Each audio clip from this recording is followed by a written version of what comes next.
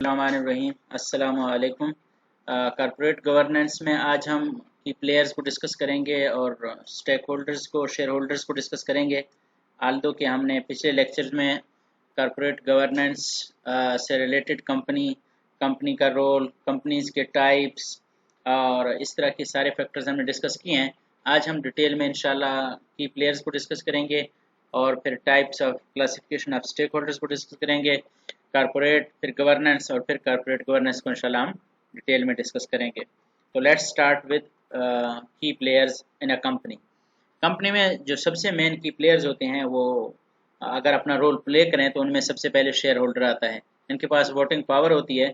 Aldous कि हम share holders के डिटेल में पहले भी डिस्कस कर चुके हैं कि कुछ वोटिंग पावर वाले होते हैं, कुछ जिनके पास वोटिंग पावर नहीं होती। लेकिन मेनली हम यहाँ जब भी हम कॉर्पोरेट गवर्नेंस में शेयर होल्डर की बात करेंगे तो we mean the one who is having a voting power. तो उसके बाद चेयरमैन है। चेयरमैन पहले ये होता था कि एग्जेक्टिव भी हो सकता था, नॉन एग्जेक्टिव भी हो सकता था। अब कोड ऑफ कॉर्पोरेट गवर्नेंस ही की वजह से चेयरमैन को नॉन एग्जेक्टिव होना चाहिए, बल्कि रूल ये कॉर्पोरेट गवर्नेंस का कोड कहता है कि उसको वो मस्ट बी नॉन एग्जेक्टिव। तो चेयरमैन नॉन एग्जेक्टिव होना चाहिए। और उसके बाद चीफ एग्जेक्टिव ऑफिसर है। ये हो सकता है कि डायरेक्टर हो सकता है कि डायरेक्टर ना हो। नॉर्मली चीफ एग्जेक्टिव डायरेक्टर ही होते हैं, जिसको हम एग्जेक्टिव डायरेक्टर कहते हैं। तो chief executive officer normally executive director होता है। उसके बाद सीनियर मैनेजर्स हैं। वो भी मे और may not be are director. तो सीनियर मैनेजर भी डायरेक्टर हो भी सकते हैं और डायरेक्टर नहीं भी हो सकते।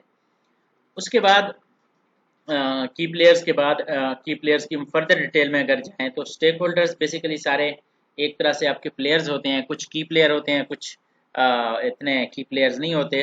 डोरमेंट होते हैं, वो इतने एक्टिव नहीं होते। हाउएवर वो प्लेयर्स होते हैं।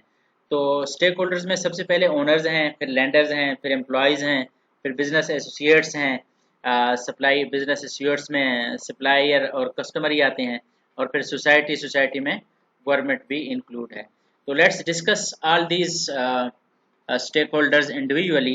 जो ओनर्स हैं वो सबसे पहले सारे शेयर होल्डर्स कंपनी के बेसिकली ओनर होते हैं। कुछ शेयर होल्डर्स के पास कंट्रोल होता है और कुछ के पास कंट्रोल नहीं होता। तो डू और do not control the company, both are owner actually. तो इसमें इंडिविजुअल भी हो सकते हैं और इंस्टीट्यूशनल इन्वेस्टर भी हो सकते हैं। तो कुछ के पास थोड़े शेयर होते हैं और कुछ कंपनीज इन्वेस्टमेंट करते हैं, तो वो दोनों टाइप के ओनर्स होते हैं। कुछ लॉन्ग टर्म इन्वेस्टमेंट करते हैं और कुछ शॉर्ट टर्म इन्वेस्टमेंट करते हैं, तो दोनों बेसिकली ओनर होते हैं कंपनी के। Those with voting right and without voting right, जैसा कि मैंने पहले स्टार्ट से डिस्कस किया है कि नॉर्मली शेयर होल्डर्स में जो ओनर होते हैं वो शेयर होल्डर भी होते हैं जिनके पास वोटिंग राइट होती है, और वो शेयर होल्डर भी होते हैं जिनके पास वोटिंग राइट नहीं होती, लेकिन वो ओनर तो कंपनी के बहरहाल होते हैं। अच्छा, if the company performs well they get greater return on their investment. तो इन्वेस्टमेंट पे रिटर्न सबको मिलता है, जितने भी ओनर हैं उन सबको, जिसके पास वोटिंग राइट है या नहीं है, तो वो सारे इन्वेस्टर्स को सारे ओनर्स को उसका रिटर्न मिलता है। इसके बाद हमारे पास लेंडर है। इसी तरह लेंडर्स के भी टाइप्स होते हैं, जिस तरह हमने ओनर्स के टाइप्स को डिस्कस किया है। लेंडर के टाइप्स में lender includes only those members who extend financial advances to the company।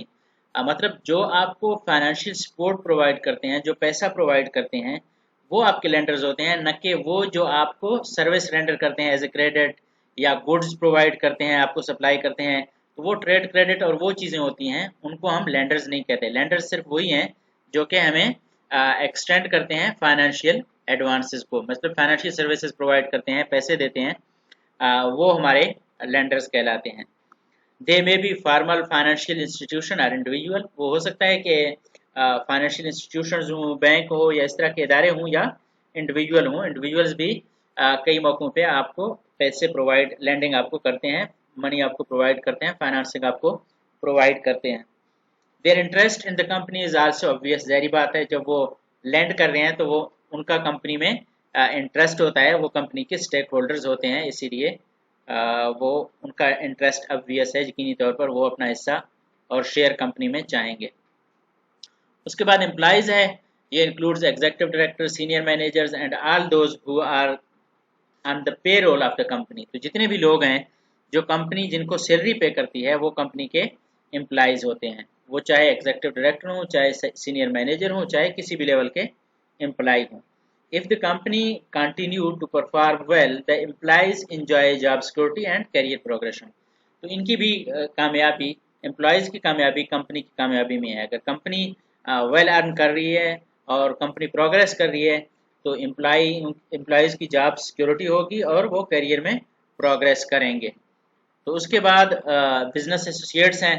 Business associates में ये कंपनी के या तो सप्लायर होते हैं या कंपनी के क्लाइंट्स होते हैं, या तो रॉ मटेरियल इनके पास से आ रहा होता है या कंपनी का फाइनल गुड इनके पास जा रहा होता है। तो ये जो कनेक्शंस होते हैं बैकवर्ड फॉरवर्ड, ये दोनों बिजनेस एसोसिएट्स होते हैं। सप्लायर कंपनी से फ़ायदा उठाते हैं क्योंकि कंपनी उनके आइटम्स, उनके रॉ मटेरियल परचेज करती है। और इसी तरह जो क्लाइंट्स होते हैं, जो आपके एंड यूज़र्स होते हैं, वो भी कंपनी से फ़ायदा उठाते हैं क्योंकि उनको उनकी पसंद के आइटम्स बर वक़्त मिल रहे होते हैं।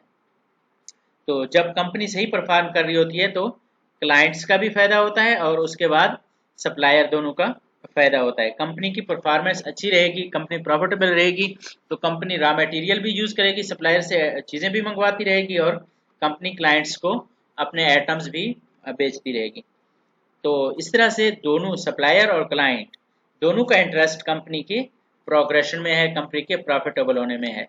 इसके बाद बिजनेस एसोसिएट्स के बाद सोसाइटी एक मेजर स्टेक होल्डर है कंपनी का।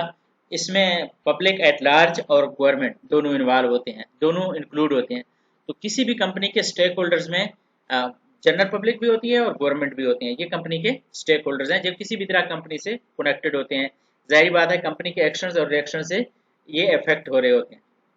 तो सोसाइटी जो है वो कंपनी से सिर्फ उस फॉर्म में बेनिफिट लेती है कि कंपनी सोशली डिज़ायरेबल एक्टिविटीज़ करे, सोशल रिस्पॉन्सिबिलिटी का मुजाहरा करे, CSR करे, तो उस सूरत में सोसाइटी को बेनिफिट होता है। गवर्नमेंट को टैक्स की सूरत में अगर कंपनी अच्छा परफॉर्म कर रही है तो ज़्यादा प्रॉफिट अर्न कर रहा है, ज़्यादा सेलिंग हो रही है उसकी, तो वो ज़्यादा टैक्स पे करेगा, तो गवर्नमेंट को भी इसका फ़ायदा होता है। तो ये दोनों चीज़ें, ये सारी चीज़ें स्टेक होल्डर्स में इंक्लूड होते हैं। Opportunity to protect individual interest, individual interest को प्रोटेक्ट करना, managers and employ have the greatest opportunity, मतलब किसको ज़्यादा अपॉर्चुनिटी है कि वो अपने इंटरेस्ट को प्रोटेक्ट करे। Opportunity to protect individual interest, तो मैनेजर्स और एम्प्लॉयज़ क्योंकि ये ऑन जॉब्स होते हैं और ऑन ड्यूटी होते हैं और सारी चीज़ें ये खुद कर रहे होते हैं, तो हैव ग्रेटेस्ट अपॉर्चुनिटी, इनके पास सबसे ज़्यादा अख्तियार होता है कंपनी के मामलात में, कंपनी के अमल दखल में। एक एक एक आप कहते हैं मैनेजर है, वो कंपनी के मामलात को देख रही है, और एक इंडिविजुअल इन्वेस्टर है, उसके पास चंद एक शेयर्स हैं, जो शेयर होल्डर है, तो उसके पास तो कंपनी के न तो इन्फॉर्मेशन है न तो कंपनी का कंट्रोल है। तो उस लिहाज से आप देखें कि मैनेजर और एम्प्लॉय के पास ग्रेटेस्ट अपॉर्चुनिटी है to protect their individual interest. Supplier और client essentially go by each transaction और कॉन्ट्रैक्ट, तो ये सिर्फ कॉन्ट्रैक्ट की हद तक अपने इंटरेस्ट को प्रोटेक्ट कर सकते हैं। वो जो कॉन्ट्रैक्ट कर रहे हैं, वो जो ट्रांजैक्शन कर रहे हैं, उसमें मेक श्योर करते हैं कि उनका इंटरेस्ट प्रोटेक्ट हो। Lender and share holder are most vulnerable, तो लेंडर और शेयर होल्डर का बिल्कुल ही एक्सेस नहीं होता। वो बस लेंडर एक दफ़ा लेंड करता है और शेयर होल्डर एक दफ़ा शेयर परचेज कर लेता है, उसके बाद कंपनी कंट्रोल में आता है मैनेजर्स के और एम्प्लॉयज़ के। तो इसलिए कॉन्फ्लिक्ट ऑफ इंटरेस्ट भी आता है, एजेंसी प्रॉब्लम, एजेंसी थ्योरी भी आती है यहाँ पे। तो लेंडर और शेयर होल्डर अपने इंटरेस्ट को सबसे ज़्यादा कम प्रोटेक्ट कर पाते हैं, उनके पास ये अख्तियार, ये अपॉर्चुनिटी नहीं होती कि अपने राइट को प्रोटेस्ट करें। Society depend entirely on law, तो लॉ में अगर इस तरह की रिक्वायरमेंट्स हैं, या आप कह सकते हैं कि जो बड़ी बड़ी कंपनीज़ हैं वो हो सकता है कि CSR करें, लेकिन छोटी कंपनीज़ हमेशा लॉ पे डिपेंड कर रही होती हैं। अगर लॉ की रिक्वायरमेंट है तो वो एक्शंस करेंगे, वो काम करेंगे जिससे सोसाइटी को फ़ायदा हो, अदरवाइज़ वो ऐसा कुछ एक्शन नहीं करेंगे। तो इसके बाद classification of share holder stake holders है, तो हम इसको कॉलम वाइज देखते हैं। पहले कॉलम में अगर हम देखें, लेकिन ये पहला कॉलम है तो ये सिर्फ ओनर्स के बारे में है, पहला रो, और दूसरा रो लेंडर्स के बारे में है, और तीसरा रो एम्प्लॉयज़ के बारे में है, चौथा रो बिजनेस एसोसिएट्स और पांचवा सोसाइटी के बारे में है। लेकिन यहाँ पे classified on basis of role in the company. तो ओनर है, ये जो स्टेक होल्डर्स हैं, स्टेक होल्डर्स में टाइप्स हैं, एक ओनर है और एक लेंडर है और एक एम्प्लॉयज़ हैं और एक बिजनेस एसोसिएट्स हैं और एक सोसाइटी है। तो इर्द गिर्द में कंपनी के आसपास या उस माशरे में, उस सोसाइटी में कोई भी इंडिविजुअल हो, कोई भी कंपनी हो, कोई भी इदारा हो, वो इन कैटेगरीज में से किसी में फॉल कर रहा होता है। या तो उसने शेयर परचेज किए होते हैं, या तो बिजनेस को उसने पैसा दिया हुआ होता है, या तो वो बिजनेस में उस कंपनी में जॉब कर रहे होते हैं, या तो वो उसके सप्लायर हैं, या तो उसके एंड यूजर हैं, या तो फिर वो सोसाइटी है, वैसे ही उसके साथ ताल्लुक है, या गवर्नमेंट है। तो सारे कोई ना कोई इस कैटेगरी में फॉल कर रहा होता है। तो सारे स्टेक होल्डर्स होते हैं जो कंपनी से डायरेक्टली या इनडायरेक्टली जिनका ताल्लुक होता है। तो classified on basis of opportunity to protect individual interest. तो इंडिविजुअल इंटरेस्ट को प्रोटेक्ट करने की क्या सूरत हाल है, यहाँ पे हम देख सकते हैं those with full opportunity, those with partial opportunity और those with virtually no opportunity. तो सबसे ज़्यादा अपॉर्चुनिटी इनके पास होते हैं कि अपने राइट को प्रोटेक्ट करें, और इनके पास 50-50% चांसेस हैं कि वो अपने राइट को किसी हद तक प्रोटेक्ट कर सकते हैं, और इनके पास एज सच कोई अथॉरिटी नहीं है कि वो अपने इंटरेस्ट को प्रोटेक्ट करें। तो देखते हैं वन बाय वन कि किस तरह से ये those with full opportunity controlling share holder, वो गवर्नमेंट में होते हैं, वो पावर में होते हैं, उनके पास अथॉरिटी होती है, वो या तो एग्जीक्यूटिव डायरेक्टर होते हैं या तो इवन नॉन एग्जीक्यूटिव डायरेक्टर भी हो सकते हैं, वो उनके पास वो मैनेजर्स भी हो सकते हैं। तो वो कंपनी में कंट्रोलिंग शेयर होल्डर्स हैं।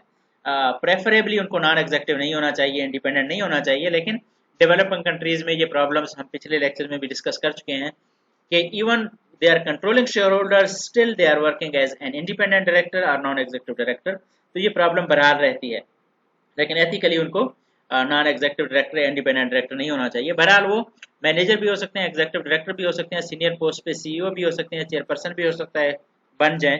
आल्दो के अब न्यू रूल्स के मुताबिक उसको नॉन एग्जीक्यूटिव होना चाहिए। जैसे मैं फिर कह रहा हूँ कि नॉन एग्जीक्यूटिव को कंट्रोलिंग शेयर होल्डर को नॉन एग्जीक्यूटिव नहीं होना चाहिए, लेकिन बहरहाल उनके पास अख्तियार होता है और वो कंपनी में किसी अच्छे की पोजीशन पे होते हैं, जिसकी वजह से वो अपने राइट को प्रोटेक्ट करने की एबिलिटी रखते हैं। Financial institutions with lending contracts, तो उनके पास एक डिटेल्ड लैंडिंग कॉन्ट्रैक्ट की अख्तियारात होते हैं। वो जब भी लैंड करते हैं तो वो सारे कॉन्ट्रैक्ट में वो सारी चीज़ें तफसीलन लिखते हैं और उसके पीछे वो अपने एसेट्स रखवाते हैं, प्लेज करवाते हैं, तो जिसकी वजह से वो सेफ रहते हैं और वो अपने इंटरेस्ट को प्रोटेक्ट करते हैं। उसके बाद एग्जीक्यूटिव डायरेक्टर हैं, जैसा कि मैंने पहले डिस्कस किया कि कंट्रोलिंग शेयर होल्डर और एग्जीक्यूटिव डायरेक्टर इनका डायरेक्ट रिलेशनशिप हो सकता है। तो एग्जीक्यूटिव डायरेक्टर, अगर controlling share holder executive director नहीं है तो कोई और एग्जीक्यूटिव डायरेक्टर है, तो वो भी अपने फुल अपॉर्चुनिटी है उनके पास कि अपने राइट को प्रोटेक्ट करें। उसके बाद supplier who sell only on cash terms, वो सप्लायर जो सिर्फ कैश पे देते हैं, तो उनको वो अपना राइट प्रोटेक्ट कर रहे होते हैं, कैश ले रहे होते हैं, तो उनके पास फ्यूचर में कोई इस तरह का प्रॉब्लम उनका कंपनी के साथ नहीं रहता। तो ये वो लोग हैं जो अपने, जिनके पास अपॉर्चुनिटीज होती है, जो अपने राइट्स को प्रोटेक्ट कर रहे होते हैं। Those with a partial opportunity, as we have discussed that these people who have full opportunity to protect their rights.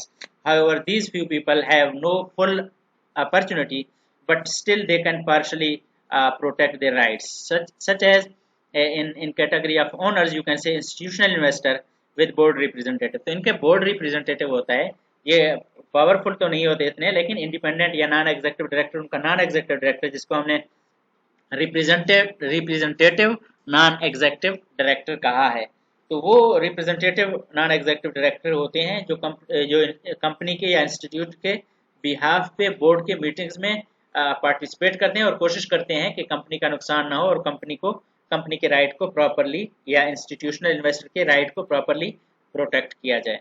लेकिन डे टू डे एक्टिविटीज में नहीं होते, इसलिए वो पार्शियल अपॉर्चुनिटी है उनके पास। Buyer of listed bonds with trustee arrangements, तो bonds, common stock, preferred stock, ये हमने डिटेल में पहले से आप लोगों ने पढ़े हुए हैं। तो बॉन्ड्स वो होते हैं जिनके पास फिक्स्ड इंटरेस्ट रेट होता है और वो उनको शेयर होल्डर से पहले उनको बेनिफिट मिलते हैं, उनका रिटर्न मिल जाता है, और उनके अगर कंपनी लिक्विडेट हो जाता है तो वो सारे बेनिफिट्स उसको मिल जाते हैं। तो इस तरह से बॉन्ड होल्डर्स भी वो भी अपने राइट प्रोटेक्ट कर सकते हैं पार्शली। उसके बाद सीनियर मैनेजर्स हैं जो अच्छे पोजीशंस पे होते हैं और वो भी अपने राइट को पार्शली प्रोटेक्ट कर सकते हैं। Major supplier and client with contracts, तो मेजर सप्लायर हैं और क्लाइंट्स हैं जिनके कॉन्ट्रैक्ट्स होते हैं, तो कॉन्ट्रैक्ट की वजह से वो अपने राइट को प्रोटेक्ट करते हैं। कॉन्ट्रैक्ट्स को हमने रिस्क मैनेजमेंट में डिस्कस किया हुआ है, तो contracts is something that's obligatory, तो वो आपके पास ऊपर ओब्लिगेशन होता है, तो उसके ज़रिए से आप अपने राइट को प्रोटेक्ट कर सकते हैं। गवर्नमेंट रूल्स एंड रेगुलेशन के ज़रिए पार्शली अपने राइट को प्रोटेक्ट कर सकती है। और उसके बाद those who virtually no opportunity, जिनके पास बिल्कुल अपॉर्चुनिटी नहीं होती, वो स्टेक होल्डर्स कौन से हैं? Minority and individual share holders with no board representation. तो ये इनकी आवाज़ किसी तरीके से नहीं पहुंचती। आल्दो कि अब मिनॉरिटी की तरफ से एक डायरेक्टर आने के लिए रूल आया हुआ है, तो उस तरह से तो वो अपने राइट को प्रोटेक्ट करने के लिए आप इनको कैटेगराइजेशन में पार्शल अपॉर्चुनिटी प्रोवाइड कर सकते हैं। लेकिन बहरहाल इंडिविजुअल शेयर होल्डर्स और मिनॉरिटी शेयर होल्डर्स के पास एज सच कोई ना रिप्रेजेंटेशन होती है, ना ही वो अपने राइट को प्रोटेक्ट कर सकते हैं। उसके बाद अदर लैंडर्स, जिनके पास ना ट्रस्टी होती है ना कॉन्ट्रैक्ट्स होता है, तो लैंड तो कर देते हैं, उसके बाद अपने राइट को प्रोटेक्ट नहीं कर पाते। उसके बाद अदर एम्प्लॉय ऑन रेगुलर और कॉन्ट्रैक्ट टर्म्स, तो एम्प्लॉय के पास हमेशा इतने अख्तियारात नहीं होते कि वो अपने राइट को प्रोटेक्ट करें। उसके बाद smaller supplier and smaller clients, तो उनके भी कॉन्ट्रैक्ट नहीं होते एज सच, ना उनके कैश टर्म पे होते हैं ना कॉन्ट्रैक्ट होते हैं, तो वो अपने राइट को एज सच प्रोटेक्ट नहीं कर पाते। पब्लिक एट लार्ज, जैसा कि हमने पहले डिस्कस किया, लॉ पे डिपेंड कर रहे होते हैं, तो लॉ पे जो डिपेंडेंस होती है उस पर मुश्किल होता है कि उसको इम्प्लीमेंट किया जाए, तो पब्लिक भी अपने राइट को प्रॉपरली प्रोटेक्ट नहीं कर पाती। तो ये क्लासिफिकेशन ऑफ स्टेक होल्डर्स है, थोड़ा सा इंपॉर्टेंट है। आप classification on basis of role in company, तो ये क्लासिफिकेशन है, ये फुली अपने राइट को प्रोटेक्ट कर सकते हैं, ये पार्शली प्रोटेक्ट कर सकते हैं, और ये अपने राइट को एज सच प्रोटेक्ट नहीं कर पाते। तो जो प्रोटेक्ट नहीं कर पाते वो किसकी रेस्पॉन्सिबिलिटी है कि उनके राइट को प्रोटेक्ट किया जाए? तो obviously independent non executive directors का जो रोल होता है, वो मेक श्योर करते हैं कि सारे स्टेक होल्डर्स के राइट को प्रोटेक्ट किया जाए। तो सारे इन्वेस्टर के सारे स्टेक होल्डर्स के राइट को प्रोटेक्ट करना इंडिपेंडेंट नॉन एग्जीक्यूटिव डायरेक्टर की रेस्पॉन्सिबिलिटी है। तो इस डिस्कशन के बाद हम ये देखना चाहते हैं कि need for corporate governance, what are the reasons, what is the logic behind the need of corporate governance. तो corporate governance is important to protect and serve individual interest of each stakeholders. जितने भी stake holders हैं उनके individual right को protect करना corporate governance के जरिए से पॉसिबल होता है, और न सिर्फ इंडिविजुअल इंटरेस्ट को प्रोटेक्ट करना, बल्कि कलेक्टिव इंटरेस्ट को, सारे स्टेक होल्डर्स के कलेक्टिव इंटरेस्ट को, जो कंपनी की ग्रोथ है, जो उसके फर्म की जो आप कह सकते हैं कि वैल्यू मैक्सिमाइजेशन है, तो उसको मेक श्योर करना कॉर्पोरेट गवर्नेंस की रेस्पॉन्सिबिलिटी है, और कॉर्पोरेट गवर्नेंस के थ्रू ही पॉसिबल होता है कि सारे स्टेक होल्डर्स के कलेक्टिव इंटरेस्ट को प्रोटेक्ट किया जाए। उसके अलावा to ensure no one benefit at the expense of others, तो किसी और की इन्वेस्टमेंट पे किसी और की राइट को डिस्ट्रॉय करते हुए किसी और को बेनिफिट नहीं मिलना चाहिए। तो इसको हम आगे चलकर कॉर्पोरेट गवर्नेंस के अप्रोचेस में भी डिस्कस करेंगे। To ensure no stake holders has monopoly on decision making, तो मोनोपोली को ख़त्म करने के लिए बोर्ड को हमने डिस्कस भी किया है, हम आगे चलकर भी डिस्कस करेंगे। तो कॉर्पोरेट गवर्नेंस के थ्रू ही पॉसिबल होता है कि मोनोपोली कम से कम हो, बल्कि मोनोपोली ना हो, और सारे स्टेक होल्डर्स के राइट को प्रॉपरली प्रोटेक्ट किया जाए और सर्व किया जाए। अच्छा, उसके बाद गवर्नेंस एंड मैनेजमेंट, थोड़ी सी कन्फ्यूजन होती है कि how do this term differ, either these are same, that governance and management are same, does governance include management और डज मैनेजमेंट इंक्लूड गवर्नेंस। तो हम इस पर थोड़ी सी डिस्कशन कर लेते हैं। Governance is basically related to strategic decisions, setting objectives, devising plans to achieve these objectives, setting rules or parameters, not directly concerned with routine affairs, protection of interest of all stakeholders। तो इन सारे options को अगर हम review करने के बाद देख लें, तो हमें मालूम होता है कि गवर्नेंस में सारे स्ट्रेटेजिक डिसीजन हैं, सारे लॉन्ग टर्म डिसीजन हैं, सारे डिसीजन ऑब्जेक्टिव से रिलेटेड हैं, सारे डिसीजंस प्लान्स और ऑब्जेक्टिव्स को डिवाइस करने से रिलेटेड हैं, सारे डिसीजंस जो हैं वो पैरामीटर्स और रूल डिफाइन करने पे हैं, और सारे डिसीजंस सारे स्टेक होल्डर्स के राइट को प्रोटेक्ट करने में हैं। तो जैसा कि यहाँ पे लिखा गया है कि not directly concern with routine affairs, तो मैनेजमेंट का वो काम होता है, गवर्नेंस का काम नहीं है।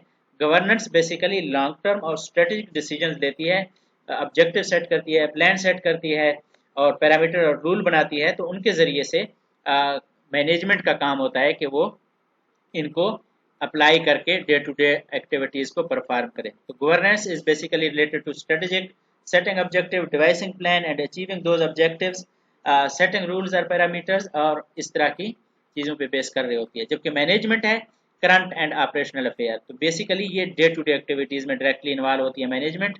Taking direction from the board, board से डायरेक्शन लेके और उन पे अमल दरामद करना। जो प्लान बनाए गए हैं, जो गवर्नेंस का पार्ट होता है, उन प्लान्स को इम्प्लीमेंट करना और उनको प्रोसेस करना। डेवलपिंग सजेशंस एंड अल्टरनेटिव्स, तो उसके उसकी बुनियाद पे अगर कोई चेंजेस चाहिए हों, कोई सजेशंस हों, कोई अल्टरनेटिव्स हों, तो उनको भी प्रिपेयर करना मैनेजमेंट की रेस्पॉन्सिबिलिटीज़ है। तो उसके बाद अगर हम देखें तो गवर्नेंस एंड मैनेजमेंट प्रोसेसेस जो हैं, बेसिकली लेफ्ट साइड पे आपका गवर्नेंस है और राइट साइड पे मैनेजमेंट प्रोसेस है। तो governance is basically to monitor, और उसके बाद आप कह सकते हैं कि डायरेक्ट एंड एवेलुएट, और ये गवर्नेंस पोर्शन है। और उसके बाद जो मैनेजमेंट है वो मॉनिटर है, रन, बिल्ड एंड प्लान। तो रन करना, बिल्ड करना, प्लान करना और मॉनिटर करना, ये मैनेजमेंट प्रोसेस है। और मॉनिटर, डायरेक्ट और एवेलुएट ये गवर्नेंस प्रोसेस है। तो उसके बाद इंशाल्लाह हम नेक्स्ट लेक्चर में कॉर्पोरेट गवर्नेंस के अप्रोचेस को डिस्कस करेंगे। What is share holder approach, what is stake holder approach and what is in between these approaches and how we can implement these approaches in the scenario of a country, in a scenario of a company. We will discuss it in next lecture. तब तक के लिए अस्सलामु अलैकुम।